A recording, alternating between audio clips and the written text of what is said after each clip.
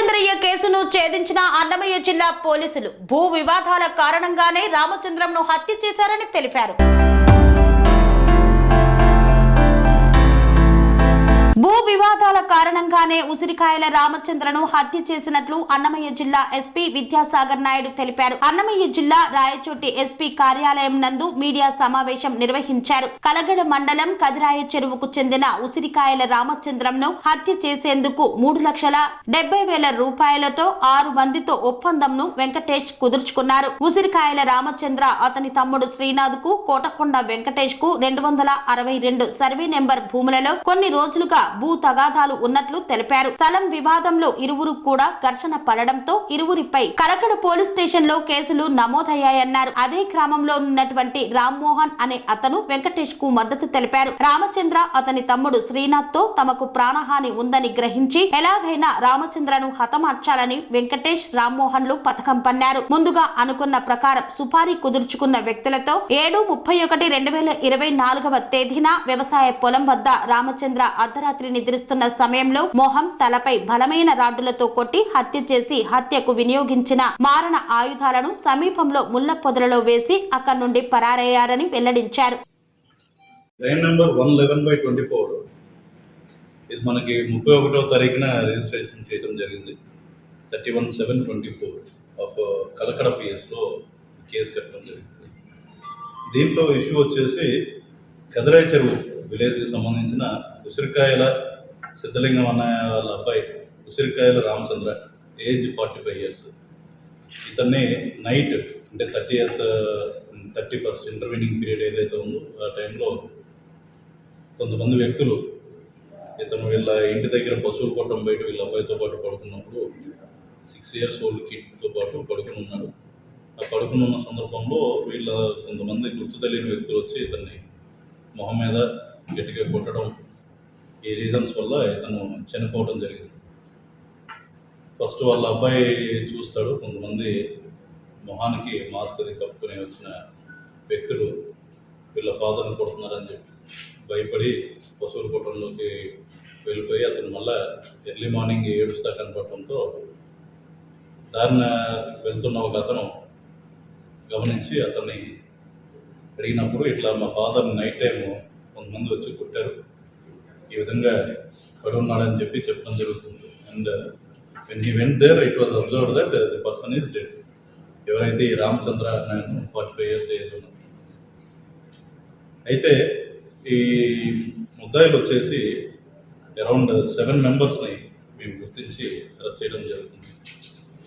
దీంట్లో major issue background ఏంటంటే basically this is coming from a land dispute.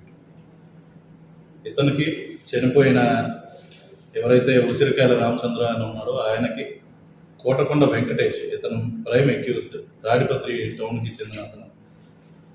ఇతనికి ఈ పర్టికులర్ చనిపోయిన ఆయన ల్యాండ్ దగ్గర పక్కనే కొంత ల్యాండ్ ఇతను కూడా కొనుక్కోవడం జరుగుతుంది. ఇద్దరికి ల్యాండ్ డిస్ప్యూట్ ఉంటుంది. అండ్ ఆల్మోస్ట్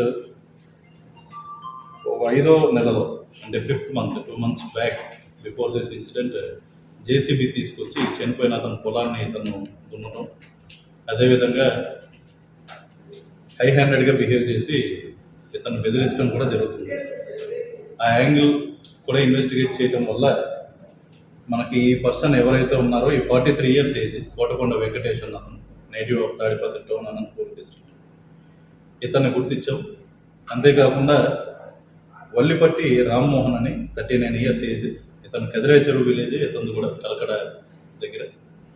ఇతను లోకల్గా ఇతనికి రెక్కీ చేసి ఈ వెంకటేష్ అన్న అతను తాడిపత్రిలోనే ఉంటూ వీళ్ళ ద్వారా ఇక్కడ ప్లాన్ చేయడం జరిగింది.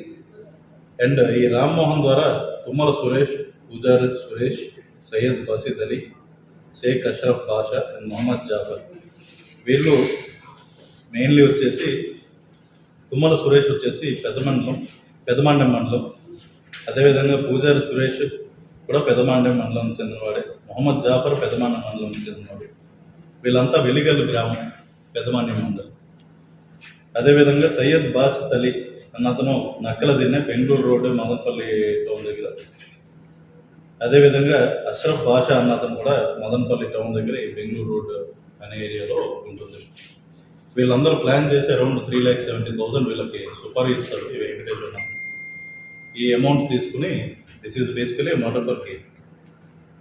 సో వీళ్ళ అందరినీ కూడా ప్రాపర్గా ఇన్ టైం ఇన్వెస్టిగేషన్ చేసి డిఎస్పీ గారు, అదేవిధంగా మా కలకడ ఇన్స్పెక్టర్ మరియు ఎస్ఐ అందరూ కూడా చాలా కష్టపడి వీళ్ళని ప్రాపర్గా ఇంట్రాగేట్ చేసి దీంట్లో వేరియస్ యాంగిల్స్, అతనికి చనిపోయిన అతనికి ఉన్న ఫ్యామిలీ రిలేషన్స్, అదేవిధంగా అతనికి చుట్టుపక్కల ఉన్న ఫ్రెండ్స్, వీళ్ళందరినీ కూడా విచారించిన తర్వాత ఈ పర్టికులర్ ల్యాండ్ డిస్ప్యూట్ అనే యాంగిల్ గమనించి దీని మీద లోతుగా విచారణ జరుగుతుంది.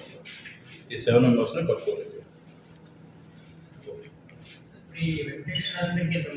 స్వామి బోధానంద గోసేవ ఆశ్రమం సైథాపూర్. జ్యోతిష్యం, వాస్తుశాస్త్రం మన పూర్వీకులు మనకిచ్చిన వరం. దుర్గాదేవి, కాలభైరవ ఉపాసనతో వాక్సిద్ధి పొందిన శ్రీ శ్రీ బోధానందగిరి స్వామివారు మీకు ఎలాంటి సమస్యలున్నా, వాటిలో ముఖ్యంగా ధన నష్టం, ఆరోగ్య నష్టం, భార్యాభర్తల మధ్య గొడవలు, ప్రేమించుకున్న వారు దూరం అవడం, ఎన్ని సంబంధాలు వచ్చినా పెళ్లి ముడి పడకపోవడం, రోడ్డు ప్రమాదాలు, అప్పుల బాధలు, వ్యవసాయంలో నష్టాలు, పెద్దల మాట పిల్లలు వినకపోవడం, ఆరోగ్య శాంతి, గృహశాంతి, మనశ్శాంతి లేకపోవడం, ఇలాంటి సమస్యలు ఉన్నట్లయితే ఒక్కసారి స్వామీజీని కలవండి. మీ సమస్యలకు తగిన పరిష్కారాన్ని పొందండి. అంతేకాక అన్ని రకాల వ్యాధులకు గోపంచగవ్య మరియు మూలికా వైద్యం చేయబడును.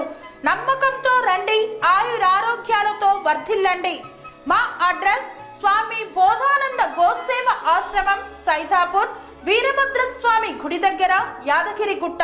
సంప్రదించవలసిన నెంబర్ 9849213754 మరియు 9618034138.